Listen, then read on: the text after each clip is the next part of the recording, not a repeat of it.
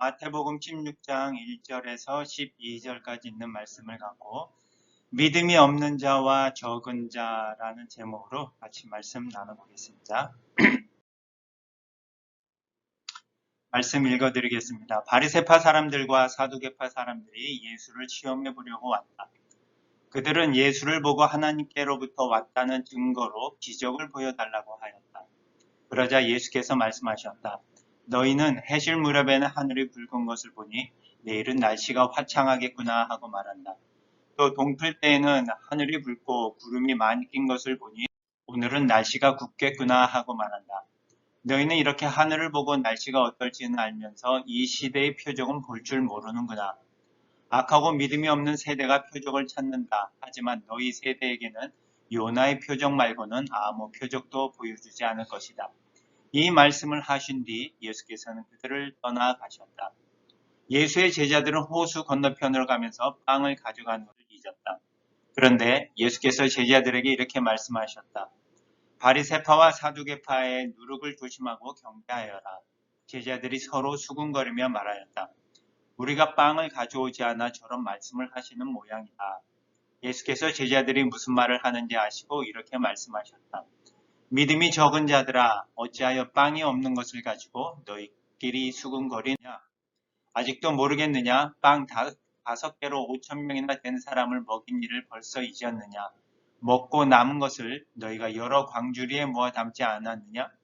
또 빵 7개로 4,000명이나 된 사람을 먹인 것과 그러고도 남은 것을 주워 모은 것이 여러 광주리였던 것을 잊었느냐? 어찌하여 내가 너희에게 말한 것이 빵에 관한 것이 아니라는 것을 모르느냐? 내 말의 뜻은 바리새파와 사두개파의 누룩을 조심하라는 것이었다. 그제야 제자들은 예수께서 조심하라고 하신 것이 빵에 쓰이는 누룩이 아니라 바리새파와 사두개파의 가르침이라는 것을 깨달았다. 아멘.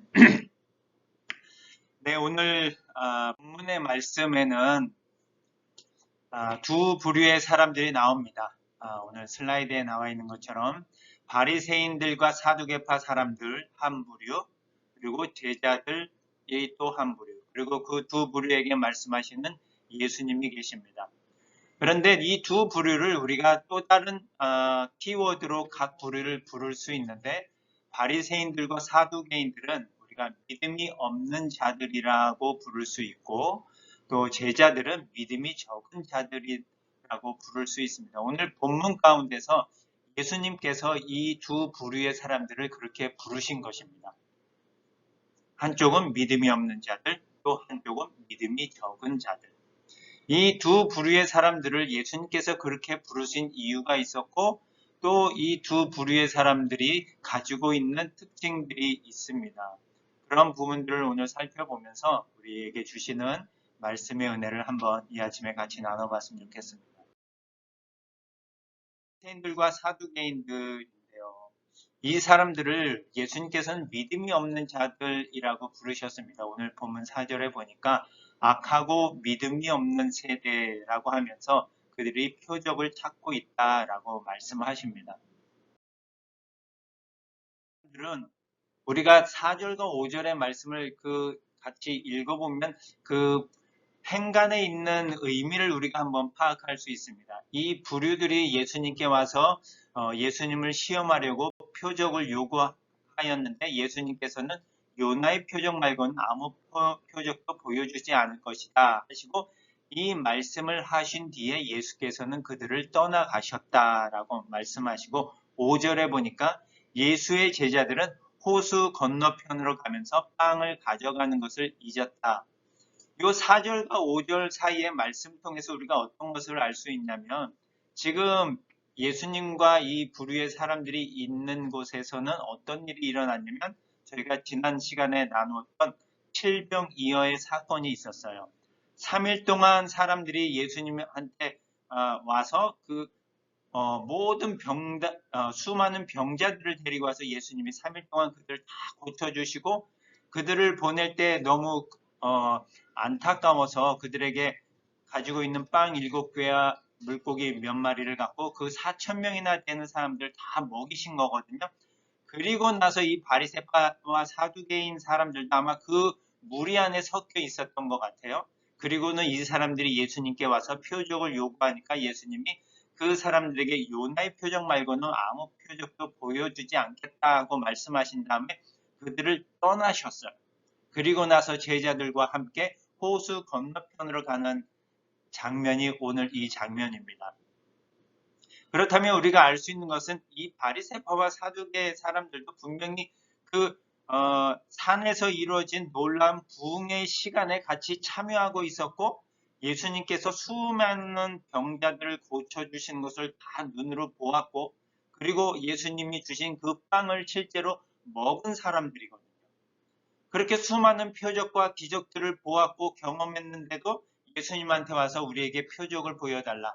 하늘로서 온 그 증거로서 또 다른 기적을 보여달라고 하는 그 사람들을 보시고서는 예수님이 더 이상 표적을 보여주지 않을 것이다 하면서 그들을 떠나가셨습니다. 그리고 마가복음 8장 12절에 보면 여기도 똑같은 내용이 나오는 병행 구절인데 그 마가복음에서는 예수님께서 마음속 깊이 탄식하시며 왜 이 세대가 기적을 요구하는가라고 말씀하시면서 그 사람들을 믿음이 없는 사람들이다라고 말씀하십니다. 우리도 살다 보면 사실 기적을 간구하고 기적이 필요한 때가 사실 많이 있거든요. 하지만 오늘 본문에서는 뭐 그렇게 기적을 요구하는 사람들 다 그렇게 말하는 건 아니지만 이렇게 기적을 보고서도 깨닫지 못하는 사람들, 무엇을 깨닫지 못하느냐? 예수님께서 그 기적을 주셨고 그 기적을 주신 예수님이 바로 그들의 구원자이시고 주님이 되신다라는 것을 이 사람들이 깨닫지 못한다라는 그 사실입니다. 바로 믿음이 없기 때문에 그런 것인데 이 사람들은 기적을 보았지 기적을 주신 또 기적을 일으키신 예수님에게 초점을 두고 있지 않은 거예요. 일어난 일에 대해서만 그 기적에 대해서만 그냥 초점을 맞추고 기적을 강구하는 그 사람들을 예수님께서는 바로 믿음이 없는 세대들, 믿음이 없는 사람들이라고 부르고 계십니다. 그런데 한편으로 제자들은 어떤 사람들이냐면 예수님께서는 여러 번에 걸쳐서 제자들을 믿음이 적은 자들아라고 많이 말씀하시고 계십니다. 그래서 다른 부류의 사람들, 바리새인과 사두개인들은 믿음이 없는 자들로 부르신 반면에 예수님께서는 제자들을 믿음이 적은 자들이다라고 어떻게 이 믿음이 적은 자들이라고 불리운 이 제자들은 어떤 모습을 보이고 있냐면 호수 건너편으로 가면서 빵을 가져가는 것을 잊어버린 거예요. 그 과정이 사람들을 보내고 건너오는 그 배를 타고 건너오는 과정이 많이 복잡했을 것 같아요. 사실 우리도 그런 아이 캠프나 이런 거를 준비하고 또 짐을 싸고 하는 그런 과정에서 여러 가지 일들을 해야 되기 때문에 사실 뭔가를 잊어버리고 또 까먹고 안 가져오는 그런 경우들이 사실 많이 있잖아요. 제자들도 아마 그런 상황이었던 것 같아요.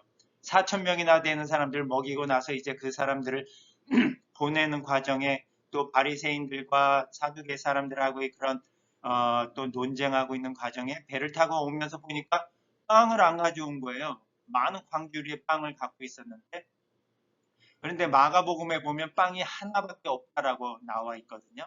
그만큼 빵을 가져온 것을 잊었고 빵이 하나밖에 없으니까 또 배가 고픈데 먹어야 되는데 먹을 것이 없네 라고 하는 그런 불안감, 걱정 가운데